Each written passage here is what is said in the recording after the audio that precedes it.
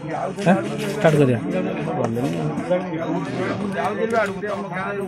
जनवरी 26 देश साधारणतंत्र दिवस 75तम पालन करथिबा बेले जाजपुर जिला बड़चुआ निर्वाचन मंडली रे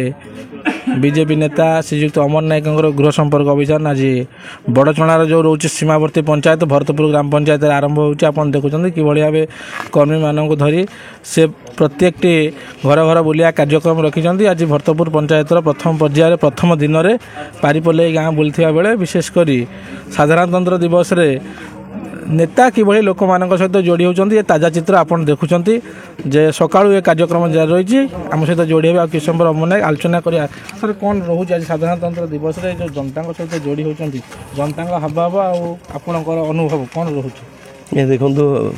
स्वाधीनतार 75 वर्ष पर आम एक विचित्र परिस्थिति गति करुँ आज भी अनेक जगार पारिपल्लई गाँव में आम भरतपुर पंचायत पारिपल्लई गाँव में अच्छु 20तम पंचायत 35,000 घर प्रत्यक्ष भाव में आम पहुँची सारापर ये आज 20तम पंचायत पारिपल्लई गाँव में आम माँ मंगला आशीर्वाद नहीं कि ये कार्यक्रम पुणी आरंभ करुँ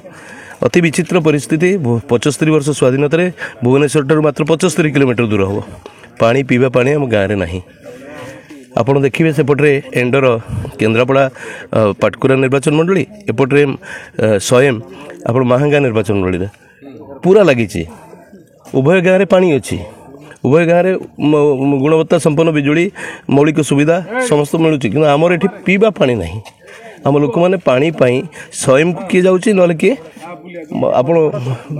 पंचपांडव छक को जाऊँगी एभली विचित्र परिस्थिति 30 वर्षर विधायकत्व काल में आज भी विकास शब्द केवल पोस्टर देकी चली लोक मोर प्रश्न जे केते वर्ष गले मौलिक सुविधाटी पारिपल्लई गाँ लोक पाइबे केते वर्ष विधायक है पर एठी लोक सुविधा पाइबे ये प्रश्न घरे घरे भारतीय जनता पार्टी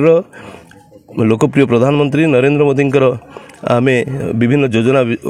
लोकाभिमुखी योजना उपर अवगत कराऊँ एवं राज्य सरकार लोक विरोधी नीति की आम अवगत कराऊँ। सरकार ड्रिंक फ्रॉम वाटर योजना कोटी कोटी टका खर्च कर भरतपुर पंचायत जहाँ शुणा जाए आज ग्राउंड जीरो केते लोक पाखे पहुँचे ये तो अच्छी आम पारिपल्लई आम तो बर्तमान पारिपल्लई अच्छु आम पारिपल्लई गाँव में अच्छु भरतपुर पंचायत मुझे कथा मोर प्रश्न ये गोटे 2 वर्षर सरकार नुहे 23 वर्षर सरकार ये विधायक गोटे 2 वर्षर विधायक नुहे ये 30 वर्षर विधायक आज भी आम ये पीवा पानी पाऊना एथि दायी किए केते वर्ष गले मौलिक सुविधा लोक पाखे मिल तथापि विकास जो शब्दटी को केते दिन तुम पोस्टर रे मिछरे मारिकी बुलिबो तृणमूल स्तर को जातु घर को घर जातु बहुत दिन धरिक विधायक घर को जाना मोर नवेदन घर को जातु लोक समस्या जानतु कौ भली अवस्था बड़चणार अच्छा लोक मैंने स्वच्छ शासन निर्मल प्रशासन दुहाई दे जो सरकार आसला 2000 मसीह नवीन पट्टनायक आज तृणमूल स्तर में से स्वच्छता केते अच्छी ये कथा को आसिक देखंतु बड़चणा खाली नुहे पूरा राज्य वर्तमान परिवर्तन अपेक्षा एवं गोटे बड़ परिवर्तन निश्चित भाव में बड़चणा निर्वाचन मंडली हम एक कथा भारतीय जनता पार्टी सपक्ष मुझे आपको एक कथा कही रखुच्छे आप लेखिकी रखुँ राज्य में साधारण निर्वाचन आसी कबाट बाड़ाऊा बेले अमर नायक सहित जो मैंने सहकर्मी मैंने बोलते आसंत आलोचना करवा कौन कि रोचे माहौल आगे आप लोक मोदी सरकार लोकाभिमुखी काम को स्वागत करुछंती एवं लोकप्रिय होचंती आमर लोकप्रिय नेता अमर नायक नेतृत्व को लोक पसंद कले एथरक ए सरकार बदलवा दरकार बड़चणार भारतीय जनता पार्टी एथरक विधायक प्रार्थी होकर अमर नायक विधानसभा को पहुँचे यह लक्ष्य मोटामोटी भाव भरतपुर पंचायतवासी उद्देश्य आज दिन जो गृह संपर्क अभियान आरंभ होती जनसाधारण को भोटर को युव छात्र महिला मानक कौन रहा वार्ता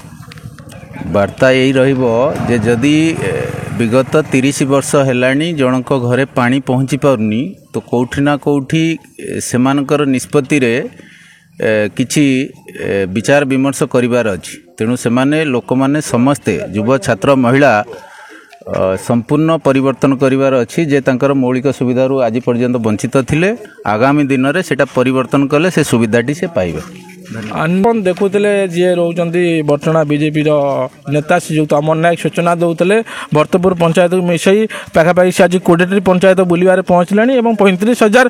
ଲୋକଙ୍କ ପାଖରେ ଯାଇ ପହଞ୍ଚିଲାଣି। ସିଧାସଳଖ ଆପଣ ଦେଖୁଛନ୍ତି କେମିତି ଗାଁ ରାସ୍ତାରେ 35,000 ପରିବାର ବର୍ଗଙ୍କ ନିକଟରେ ପହଞ୍ଚିଥିବା ବେଳେ ଆଜି ରହୁଛି 20ତମ ପଞ୍ଚାୟତ ଭରତପୁର ପଞ୍ଚାୟତ ଏବଂ ମୌଳିକ ସୁବିଧା ଲାଗି ସେ କିଭଳି ଗ୍ରାଉଣ୍ଡ ଜିରୋରୁ ଦେଖୁଛନ୍ତି ଏବଂ ନିଶ୍ଚିତ ଭାବେ ରାଜ୍ୟ ସରକାର ଏବଂ 30 ବର୍ଷର ବିଧାୟକଙ୍କୁ ସେ କିଭଳି ଭାବେ ନିଶାଣା କରିଥିଲେ ଆପଣ ଟିକିଏ ପୂର୍ବରୁ ଦେଖୁଥିଲେ। ଇଏ ହେଉଛି ସିଧାସଳଖ ଭାବେ କହିବି ସେ କହିଲା ବେଳେ ଆଲୋଚନା ମାଧ୍ୟମରେ ମଧ୍ୟ କହୁଥିଲେ ଯେ ଏହାର ପାଖ ନିର୍ବାଚନ ମଣ୍ଡଳୀ ଆପଣଙ୍କର ମାହାଙ୍ଗା ହେଉ କିମ୍ବା ଏଣ୍ଡର ହେଉ ମାତ୍ର ଗାଁ ଯେଉଁଠି ସରୁଛି ଗୋଟେ ପାଦ ଦୁଇ ପାଦ ଆଗକୁ ଗଲାବେଳେ କେଉଁଭଳି ଭାବରେ ବିଜୁଳି ରହୁଛି ପାନୀୟ ଜଳ ରହୁଛି କିନ୍ତୁ ବଡ଼ଚଣା ଯାହା କୁହାଯାଏ କାଗଜ କଲମରେ ଇଏ ବିକାଶ କରିଛି ସ୍ୱଚ୍ଛ ନିର୍ମଳ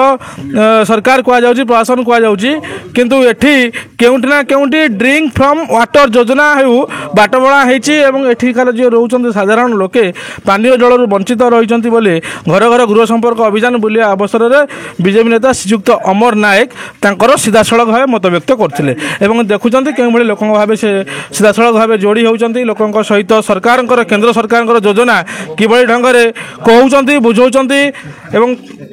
ଇଏ ହେଉଛି ସିଧାସଳଖ ଚିତ୍ର ଭରତପୁର ଗ୍ରାମ ପଞ୍ଚାୟତ ପାରିପଲେଇ ଗାଁର ଦୃଶ୍ୟ ଆପଣ ଦେଖୁଛନ୍ତି।